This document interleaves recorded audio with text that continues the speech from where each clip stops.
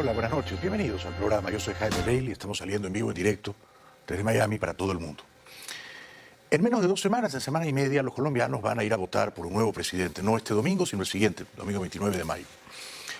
El favorito para ganar es el senador de izquierda y ex candidato presidencial Gustavo Petro. Yo estoy muy asustado. No soy colombiano, pero estoy muy asustado. No vivo en Colombia, ni me voy a mudar pronto a Colombia, pero estoy muy asustado. Estoy asustado con Petro, o de Petro, porque él fue chavista toda su vida. Fue chavista cuando Chávez dio un golpe de Estado cruento el año 92 contra un presidente legítimo, Carlos Andrés Pérez. Fue chavista cuando Chávez estaba en la cárcel, condenado por ese alzamiento sanguinario contra un presidente democrático. Fue chavista cuando Chávez recuperó la libertad y se hizo amigo, confidente y aliado de Fidel Castro. Y por supuesto, Petro siguió siendo chavista los largos años en que Chávez ocupó el poder central en Venezuela. De hecho, cuando murió Chávez en marzo de 2013, Gustavo Petro, ahora favorito para ser presidente de Colombia, seguía siendo chavista. Pero no un chavista crítico o un chavista no tan convencido. No, era un chavista entusiasta. Era un rendido admirador de Chávez. Viajó a la muerte de Chávez a Caracas, Venezuela, dio esta entrevista a Telesur y fíjense ustedes cómo Petro endiosaba a Chávez. A ver, Rey, yo pienso que, y creo que en esto nadie nos va a desmentir, hay días donde se viven cosas cotidianas, pasan cosas, puede haber elecciones, sube un presidente, baja otro, cambia una sigla política por otra, y hay días en donde se construye la historia. Y creo que quienes hemos vivido estas décadas, hemos vivido un periodo muy intenso de la historia de América Latina. Y hay que agradecer el poder vivirlo. Esos son momentos en donde, como dijera algún periodista hace mucho tiempo, John Reed, son días que estremecen el mundo. Es decir que Petro, oficiando como una de las tantas viudas de Chávez, a poco de morir el tirano bananero venezolano, declaraba en Caracas y en Telesur, faltaba más, que Chávez había construido la historia y que ese proceso de construcción de la historia había sido intenso y que él se lo agradecía. Vamos a ver si los venezolanos que tuvieron que sufrir a Chávez del año 98 finales a marzo de 2013 cuando murió, más o menos 14, 15 años, vamos a ver si los venezolanos pensarían lo mismo que Petro, ¿no? Que había que agradecerle a Chávez por esos 14 o 15 años de despotismo, de autoritarismo, de corrupción. Vamos a ver si ellos pensarían como Petro, Chávez ha construido la historia, debemos estarle agradecidos. No creo que los venezolanos pensaran eso, ¿verdad? Pero Petro ahora, casi 10 años después, estamos en 2022 y estas declaraciones eran en 2013, y yo creo que en el fondo, quizá no lo dice, pero en privado yo creo que Petro sigue pensando lo mismo, sigue admirando profundamente a Chávez, como expresaba en aquella entrevista. ¿Está sorprendido usted entonces por esos millones de personas en las calles ayer y millones de personas hoy en la Academia Militar? El mundo está sorprendido, porque no se lo esperaban. Si uno va, sobre todo a Colombia, o a entornos europeos, incluso norteamericanos, que han estado más sujetos a una visión mediática de lo que sucedía en Venezuela, sin investigar lo que realmente sucedía en Venezuela, allá en los 90, a principios del siglo XXI y en esta década que ha pasado. Un ciudadano del común diría, Chávez es como un personaje medio folclórico, dirían en la ciudad de Bogotá. No, es que Chávez no fue nunca un personaje folclórico, pintoresco. Habría sido folclórico o pintoresco si no hubiera hecho el daño que hizo. Chávez fue un personaje nefasto para los venezolanos y para la región. Fue un enemigo de la libertad, un golpista aún antes de asumir el poder. Chávez desgració, hundió en la miseria a los venezolanos. Chávez avanzó sobre todas las libertades públicas y privadas. Las libertades económicas, las libertades políticas, hacía fraudes, trampeaba, viciaba elecciones cuando le daba la gana, cerraba canales de televisión, hostigaba a la prensa libre. Chávez era un modelo de lo que no había que hacer en el poder, señor Petro. Y usted en 2013, recién muerto Chávez, lo glorificaba, lo exaltaba. Usted postulaba a Chávez como una suerte de arquetipo moral. Este es el modelo de líder que hay que imitar. ¡Qué peligro! Porque yo creo que ahora 2022, quizá usted no lo dice con la ligereza que lo dijo en 2013 en Caracas, en Telesur, pero yo creo que usted sigue pensando básicamente lo mismo, que Chávez fue un líder histórico que construyó intensamente la historia, como dice usted, y de nuevo hablando de la intensidad de la historia, y que entonces es un líder al que a usted le gustaría parecerse mucho. ¡Qué peligro! Y no entendían qué pasaba aquí. No podían captar a partir de la pantallita esa del televisor que les iba mostrando un pedacito del discurso, cierta palabra, cierto canto que mostraba una imagen que no era. No podían captar la realidad y la intensidad de la historia que se estaba viviendo, no solamente en Venezuela, porque ahora tenemos que hablarlo así, es la historia de América Latina, la que se comenzó a reescribir. Yo creo que el Petro de 2013 que estamos viendo admiraba ardorosa, fervorosamente a Chávez, y creo que este Petro, el de 2022, sigue admirando a Chávez, pero lo hace de una manera más disimulada. Esta es la diferencia. Ahora ha aprendido a disimularlo, pero quizá en el poder le gustaría parecerse a Chávez.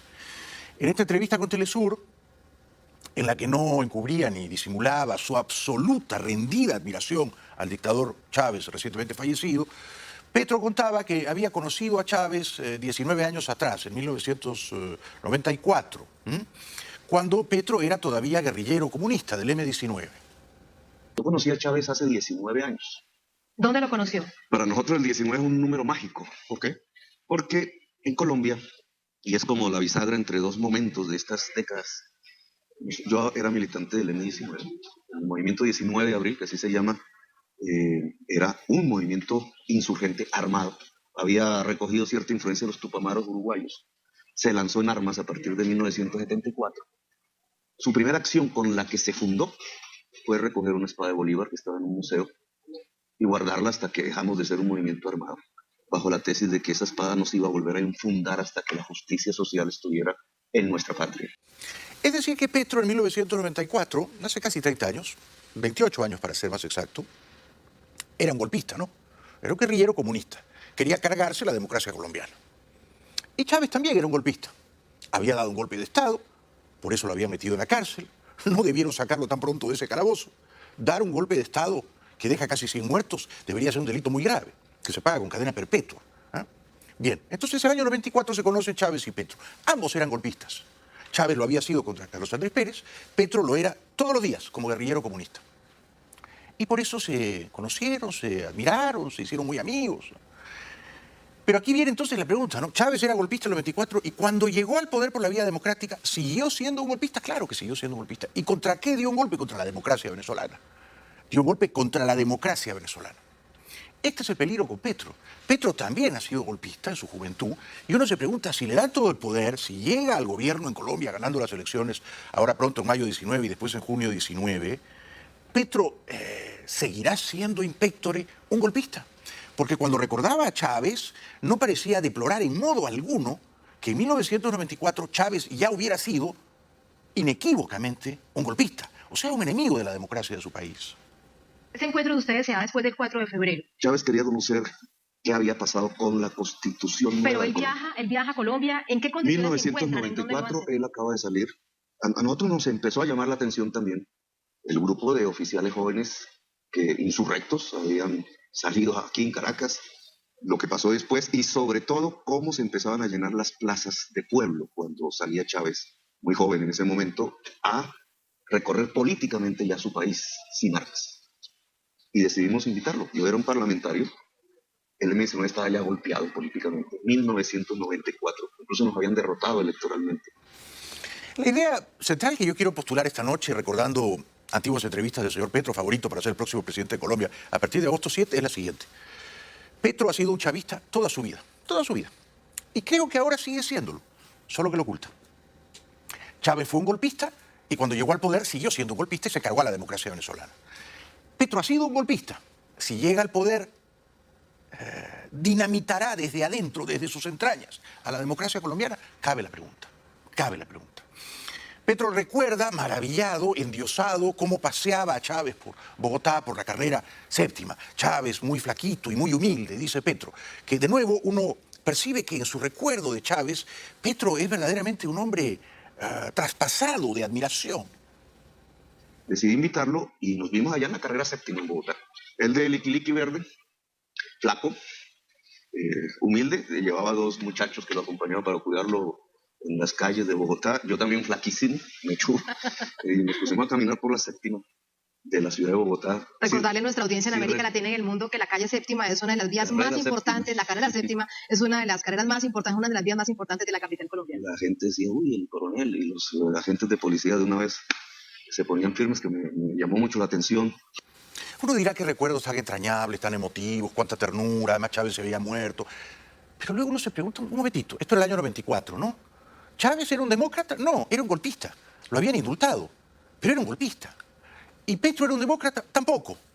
¿Qué era Petro? Bueno, era un guerrillero comunista. Quería hacer la lucha armada. No creía en la democracia. Ninguno de los dos creía en la democracia. Ninguno. Uno tuvo la inmensa fortuna, gracias a la suicida generosidad del pueblo venezolano, de llegar al poder. Y fíjense cómo administró el poder cuando lo tuvo Chávez. Como un golpista enemigo de la democracia. Cuidado entonces con Petro. Porque yo no sé si Petro ha dejado de verdad de ser chavista y ahora comprende que Chávez fue un dictador que le hizo mucho daño a su país. No lo creo. Creo que Petro, en el fondo, lo oculta, lo camufla, sigue admirando profundamente a Chávez y quiere honrar este juramento bolivariano que le hizo a Chávez en el puente de Boyacá, contado por él mismo. Yo lo llegué a todas esas conversaciones, duramos 1 o 2 días, después nos fuimos al puente de Boyacá, por ahí hay una foto que recuerda eso. Y tras las conversaciones, ¿qué deciden? ¿Seguir el Hicimos ejemplo un que Caracas dio? juramento bolivariano. Vamos a jurar Allí en Boyacá. una integración bolivariana para América Latina y nos comprometemos a que en nuestras vidas vamos a luchar por eso. Ni él sabía que iba a ser presidente, quería obviamente, de Venezuela. Es decir, que habían sueños compartidos. Y yo tampoco soñaba que iba a ser alcalde, ni nada de lo que pasó. Grave, ¿no? Es grave, porque él creía en ese proyecto bolivariano y cuando Chávez muere, estamos hablando de 2013, ya había numerosas, sobradas evidencias de que Chávez desde el poder había gobernado despóticamente, con mano de hierro. No se había comportado nunca como un demócrata, respetando a la oposición, respetando a la prensa libre, respetando en general al disenso, a la discrepancia. No, entonces Petro, muerto Chávez, seguía endiosándolo, glorificándolo, ¿no? Peligroso porque en otra entrevista, en esta entrevista Chávez todavía estaba con vida, Petro elogiaba, fíjense con qué pasión, el modelo venezolano de Chávez. Yo pienso que poder ha tenido el pueblo venezolano, que ha sido capaz de destruir 2 partidos políticos tradicionales corruptos como los colombianos, que ha sido capaz de transformar su constitución, que ha sido capaz de renovar el Congreso y las gobernaciones, que está encaminado hacia una transición en Venezuela muy interesante, que es salirse de las rentas petroleras y empezar a producir, a vivir de la riqueza del trabajo. En la parte política fue lo mismo que hicieron los peruanos con Fujimori. A mí me parece que en la parte política es lo mismo que hizo el M-19 en la Asamblea Nacional Constituyente en 91. Bueno, este era Petro también antes mostrando sus colores chavistas, ¿no? Equivocados ambos, además, porque Petro diciendo que Venezuela iba a salir de la renta petrolera, nunca salió de la renta petrolera. Y el otro diciendo se parece a Fujimori, tampoco. Pero fíjense cómo Petro decía que era la primera vez que había en Venezuela un proyecto democrático. Venezuela venía de 4 décadas de democracia estable entre el COPEI y Acción Democrática. 4 décadas, entre el 58 y el 98, en las que, claro, esto Chávez lo despreciaba, pero en las que insurgió, progresó una clase media y el país prosperó bastante. Diría que no es un proyecto democrático, digamos. Yo pienso que el proyecto bolivariano es el primer proyecto democrático en América Latina. Bolívar dijo 2 cosas. Una, el poder de los fusiles se coloca al servicio del ciudadano. Y lo hizo en su propia vida. Y precisamente en esa raíz democrática es de donde arrancó el M-19 en Colombia como un precursor, pero el proyecto de Chávez como una realidad tajante en Venezuela. Petro ha sido chavista toda la vida y yo creo que ahora, bueno, critica un poco a Maduro, pero a Chávez no lo toca ni con el pétalo de una rosa. Y Petro en su juventud también aludía al dictador, al cruel, malvado dictador cubano Fidel Castro, con rendida admiración. Gustavo Petro, exmiembro del desaparecido movimiento guerrillero M-19. Fidel Castro ayudó al M-19 en muchas de sus intervenciones en Colombia. E incluso, hay que decirlo, en Cuba se entrenaron tropas del M-19. Cuando era muy jovencito y ya era guerrillero comunista, Daniel Petro con unos bigotes, no sé si postizos, y con una gorrita y escondiéndose porque lo buscaba ya Gustavo Petro, lo buscaba ya la policía. Gustavo Petro fue entrevistado por Daniel Coronel, también muy jovencito. Este Daniel Coronel, un gran periodista colombiano, y llegó a ser el jefe de prensa de Univisión, un periodista muy inteligente. Fíjense esta entrevista histórica entre Coronel y Gustavo Petro, irreconocible, escondido, ¿no? Nosotros queremos denunciar la desaparición de varios de nuestros compañeros de Dirección Nacional. Exactamente los compañeros Jaime Bermeo Cruz, comandante de milicias de la región del Centro, ex miembro de la Comisión de Diálogo Nacional en el distrito, del compañero Fernando Erazo, comandante de la Operación Carina, de su esposa Berta Erazo y del compañero Benjamín Muñoz, desaparecidos el domingo de la semana pasada por agentes del DAS. Bueno, este era Petro de joven, casi en la clandestinidad, escondiéndose, ocultando su rostro, en tiempos en que no creía en la democracia y era un guerrillero comunista entrevistado por Daniel Coronel, ¿no? Ya entonces Petro, por lo visto, sabía camuflarse, ¿no? Me pregunto si ahora sigue camuflando también su confesada admiración por Chávez. Los compañeros estaban en una actividad propia de la organización.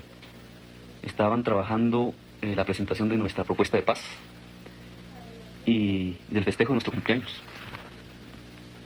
¿Y ustedes iban a festejar su cumpleaños entregando la espada de Bolívar? Nosotros íbamos a presentar los contenidos, los objetivos de la lucha de Bolívar. Nosotros íbamos a presentar la espada de Bolívar, pero es una espada de Bolívar que se concreta no en el pedazo de metal que le pertenece al pueblo, sino que se concreta en una propuesta de paz para el país y en nuestra vocación por construir una nación del tamaño de los sueños de Bolívar. Eso es lo que íbamos a presentar. Bueno, qué miedo. A mí me da miedo. Yo no soy colombiano, no vivo allá, pero amo a Colombia, quiero que Colombia siga siendo una democracia y me pregunto con sincera curiosidad intelectual si Petro, que ha sido chavista toda la vida, sigue o no admirando a Hugo Chávez y al modelo venezolano de Chávez. Tengo mis sinceras dudas al respecto, ¿no? Hoy Fico Gutiérrez, que va segundo en las encuestas, ha acusado a Petro, a la campaña de Petro, de haber sembrado un micrófono en sus oficinas. Pero vamos a ver esos videos después de la pausa. Ya regresamos.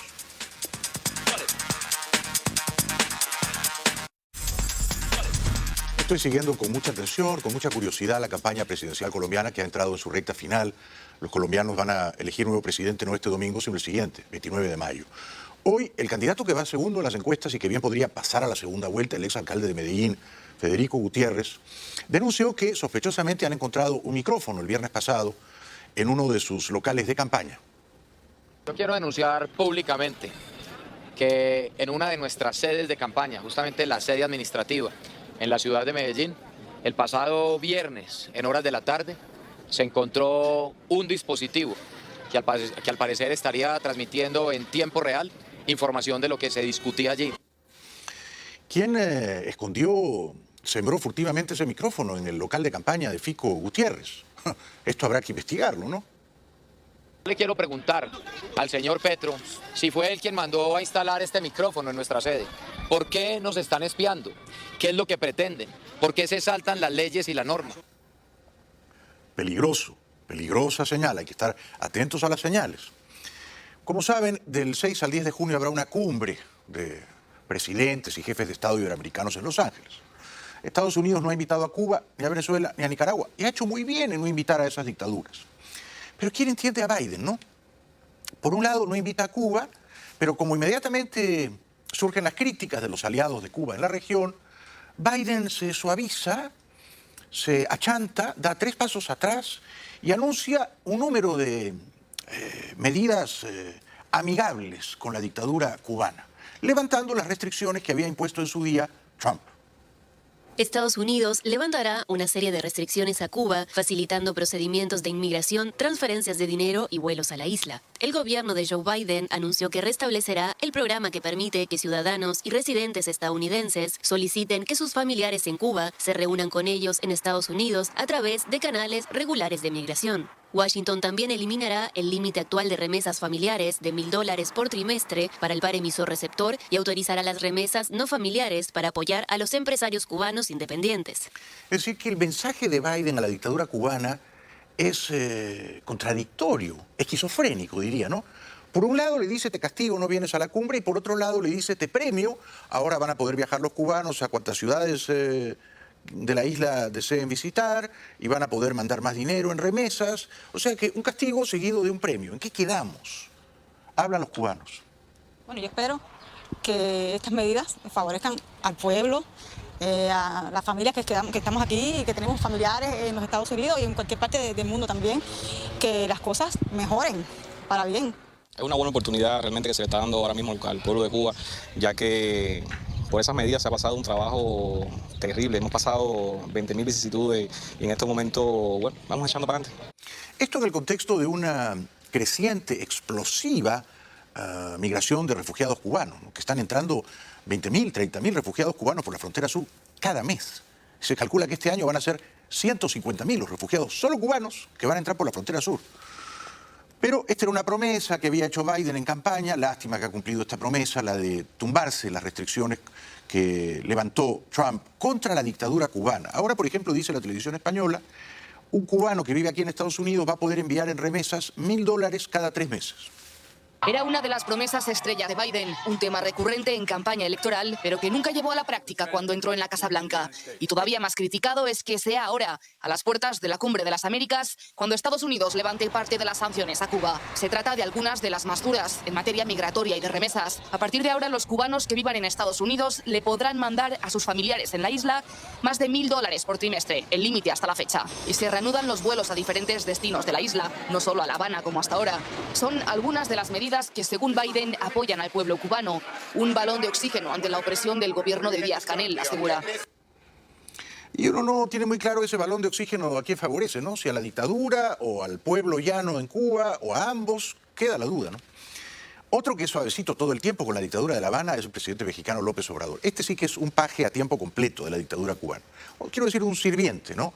Un gustoso sirviente de la dictadura cubana que hoy ha anunciado que México contrata a 500 médicos cubanos, a quienes no les va a pagar, por supuesto, directamente el gobierno de México. El gobierno de México le paga al gobierno dictatorial de Cuba, el que a su vez se queda seguramente con el 70 o el 80% del sueldo de cada médico, ¿no? O sea que, en rigor, esos médicos cubanos están siendo esclavizados por la dictadura de La Habana. Y López Obrador es un cómplice de ello. Su reciente visita a Cuba, el presidente mexicano se trajo un polémico acuerdo para contratar a 500 médicos cubanos. Porque no tenemos médicos, porque el sistema de corrupción dejó de invertir en la educación pública.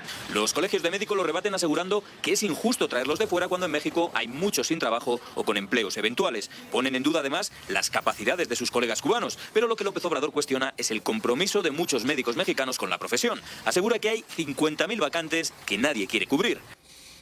Yo no le creo a López Obrador, es un charlatán. Dice que no hay 500 médicos mexicanos tan buenos como los cubanos. Yo no le creo. No tenemos especialistas para ir a trabajar en hospitales en las zonas más pobres, más apartadas. Algunos de los cubanos irán a la montaña de Guerrero, una de las zonas más marginadas del país. Lo que no dice el presidente es que es también una de las más violentas y que el miedo no solo disuade a médicos u otros profesionales de ir para allá, sino que también expulsa a muchos de sus habitantes.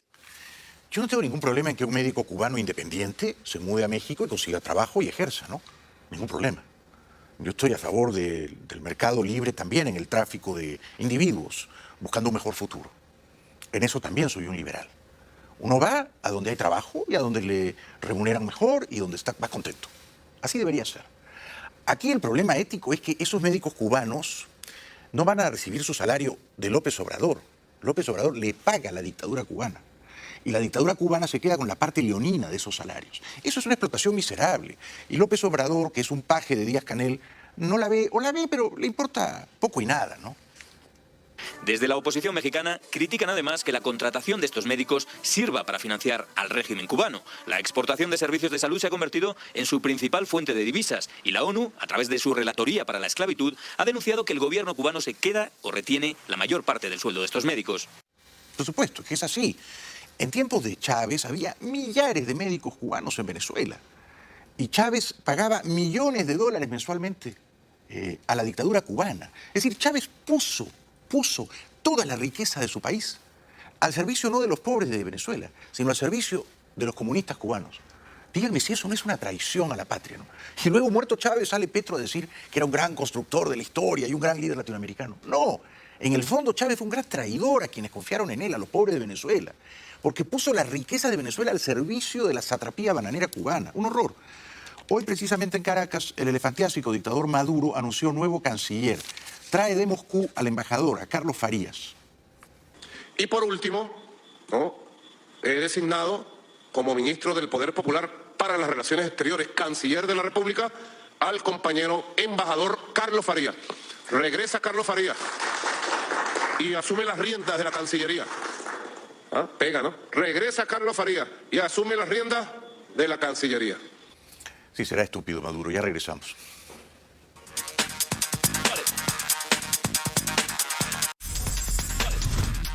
Hoy el presidente Biden, refiriéndose a la terrible matanza racial en un supermercado en Buffalo, Nueva York, afirmó que se trataba de un acto de terrorismo doméstico.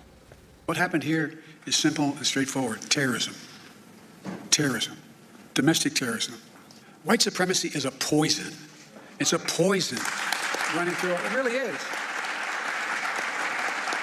running through our body politic. And it's been allowed to fester and grow right in front of our eyes. No more.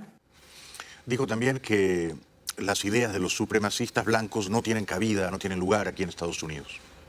We need to say as clearly and forcefully as we can that the ideology of white supremacy has no place in America. None.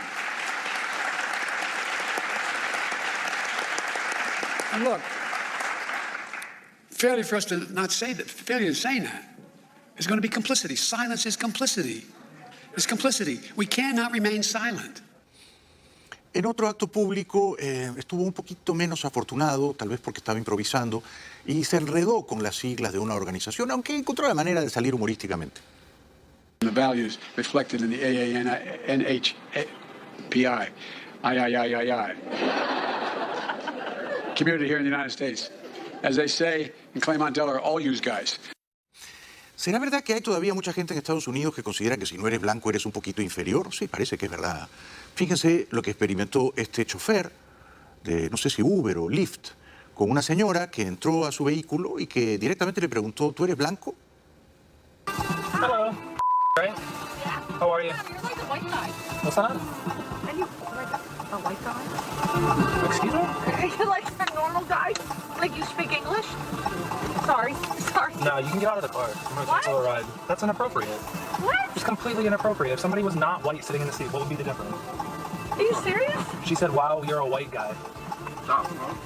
That's okay. I'm not gonna take the ride. You guys can get out. Really? Yeah, completely inappropriate.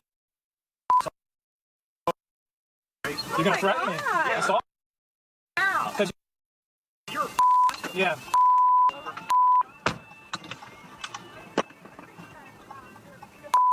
No, I'm calling the cops on you, man. Go ahead. It's all on camera. It's all on camera. Todo quedó grabado. Qué bochorno, ¿no? Es decir, la señora, no sé si está alcoholizada, pero da igual, le dice, ¿tú eres blanco? O sea, ¿eres normal? Es decir, que para mucha gente en Estados Unidos, si no eres blanco, no eres normal. Qué peligro esa idea, ¿no? Hoy el senador republicano Marco Rubio le preguntó al doctor Fauci, a Tony Fauci, experto en coronavirus, algo que me pareció inteligente. Le dijo, a ver, si uno es un ciudadano de Estados Unidos que está de viaje fuera del país y quiere regresar, pero da positivo en coronavirus, está infectado de coronavirus, uno no puede viajar. Uno no puede entrar a Estados Unidos estando infectado de coronavirus. Creo que ni siquiera te suben a la aerolínea, ¿verdad? Te tienes que quedar allá. Una semana, 10 días, 2 semanas, hasta que des negativo, ¿verdad?